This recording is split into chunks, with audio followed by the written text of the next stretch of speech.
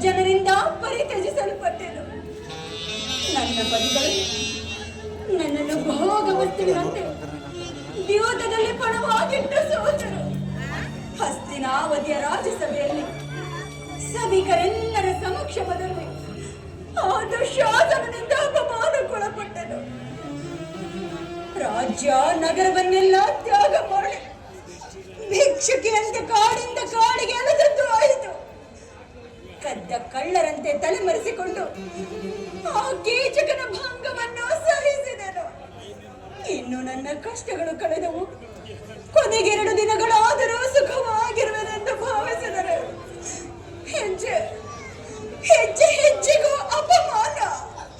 ಛೇ ವಿಧಾತ, ಈ ದ್ರೌಪದಿ ಅನೆಯಲ್ಲಿ ಇನ್ನೂ ಅದೇನೇನು ಬರೆದಿರುವ ದೇವ, ಅದೇನೇನೇನು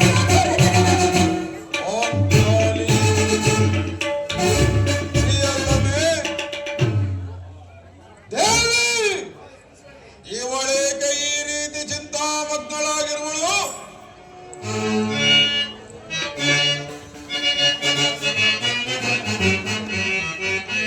ಕಾಂತೆ ಸಂತೆ ಹೊರಗಿನೊಳಗೆ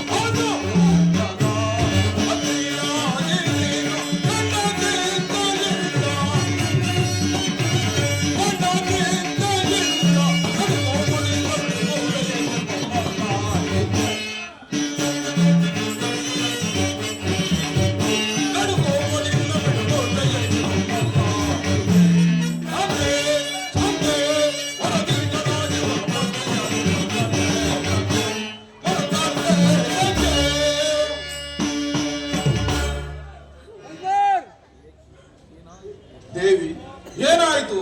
ಏಕೆ ನಿಷ್ಕಾರಣವಾಗಿ ಹೇಳುತ್ತಿರುವೆ? ನಾನು ನಿಷ್ಕಾರಣವಾಗಿ ಹೇಳುತ್ತಿಲ್ಲ. ಈ ಪಾಂಚಾಲಿ ಅಡವಿಗೆ ಒಂದಲ್ಲ 10 ಕಾರಣಗಳಿವೆ. ನೀವಾದರೂ ಪುರುಷರು.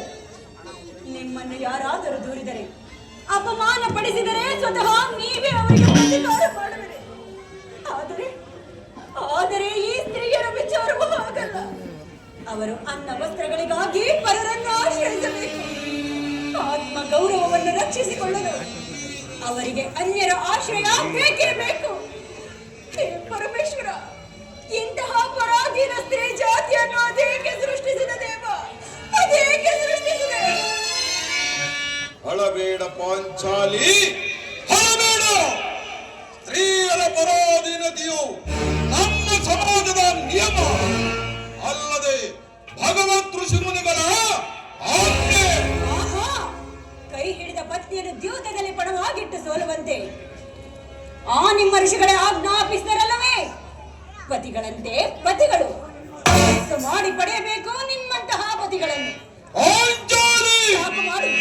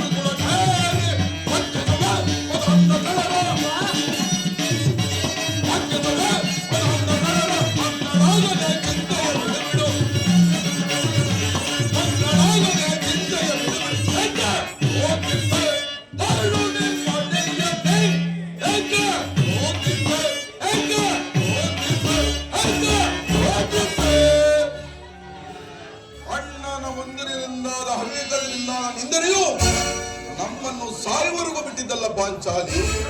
ಆದದ್ದು ಆಗಿ ಹೋಯಿತು, ಅದನ್ನು ಮರೆತು ಬಿಡು. ಈ ದಿನ ನೀನೇಕೆ ಹೀಗಾಗಿರುವೆ ಅದನ್ನು ನನ್ನೊಡನೆ ತಿಳಿಸಬಾರದೆ ಪಾಂಚಾಲಿ?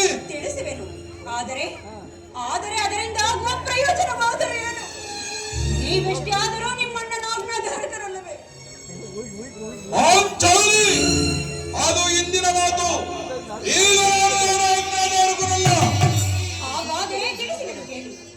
ಈ ದಿನ ನಾನು ಹಸ್ತಿನಾಂಬೆಯ ಮಂದಿರಕ್ಕೆ ದೇವಿಯ ದರ್ಶನಕ್ಕಾಗಿ ಹೋಗಿದ್ದೇನೆ. ಅಲ್ಲಿಗೆ ಆ ದುರಹಂಕಾರಿ ದುರ್ಯೋಧನನ ಪತ್ನಿ ಭಾನುಮತಿಯು ಸಹ ಬಂದಿದ್ದಳು. ಆಕೆಯು ನನ್ನನ್ನು ಕಂಡು, ದ್ರೌಪದಿ, ನಿನ್ನ ಪತಿಗಳು ವಾಸಕ್ಕಾಗಿ 5 ಗ್ರಾಮಗಳನ್ನು ಬೇಡಲು ದೂತರನ್ನು ಆಸ್ಥಾನಕ್ಕೆ ಕಳುಹಿಸಿದ್ದರು. ಇನ್ನೇನು ಸಂಧಿಯಾಗುವುದು. ಆಗಲಾದರೂ ಈ ನಿನ್ನ ಬೆಚ್ಚಿನ ಕೇಶ ರಾಶಿಯನ್ನು ಬಡಿಗಟ್ಟುವೆಯಷ್ಟೇ ಎಂದು ಏಕೆ ಹಾಗೆ ಅಪಹಾಸ್ಯ ಮಾಡಿ ನಕ್ಕಳು ಸ್ವಾಮಿ, ಅಪಹಾಸ್ಯ ಮಾಡಿ ನಕ್ಕಳು. ಏನು ದುರ್ಯೋಧನ ಸಂಧಿ, ಪುನಃ ಸಂಧಿ?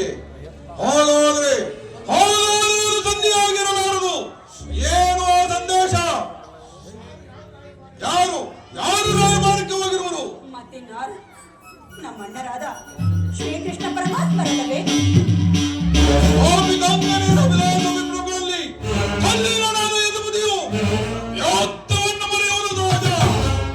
ಅರ್ಜುನನು ದ್ವಾರಕೆಯಿಂದ ಹಿಂದಿರುಗಿದಾಗಲೇ ಹೀಗಾಗಬಹುದೆಂದು ತಿಳಿದಿದ್ದೆ. ಅದಿರಲಿ, ಆ ಭಾನುಮತಿಗೆ ಏನೆಂದು ಉತ್ತರವನ್ನು ಕೊಟ್ಟೆ? ಅವಳ ಪ್ರಶ್ನೆಗೆ ಸರಿಯಾದ ಉತ್ತರವನ್ನೇ ಕೊಟ್ಟಿರುವೆನು. ಏನೆಂದು? ನಿನ್ನ ಕಟ್ಟಿದ ಮುಡಿಯನ್ನು ಬಿಡಿಸುವವರೆಗೂ ನನ್ನ ಈ ಬಿಚ್ಚಿದ ಮುಡಿಯನ್ನು ಕಟ್ಟುವುದಿಲ್ಲವೇ ಭಾನುಮತಿ ಎಂದು. ಬಾಬು ಪಾಂಚಾಲಿ, ಬಾಬು, ನೀನು ನಮ್ಮ ಸಂಗಡ ಕದನ ಮಾಡುವುದರಲ್ಲಿ ನಿನ್ನ ಚತುರತೆಯನ್ನು ಮುಗಿಸಿದೆ ಎಂದು ತಿಳಿದಿದ್ದೆ. ನೀನು ಚತುರಳು, ಮಹಾಚತುರಳು. ಅಮ್ಮಮ್ಮ, ನಿಮಗೆ ನೆನಪಿದೆ?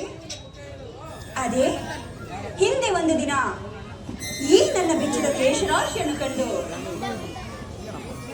ಕುರುಗುಲಾಂತಕ ರಾತ್ರಿಯನ್ನು ಸಂಬೋಧಿಸಿದ್ರಿ. ಇನ್ನು ಅದೇನೇನೋ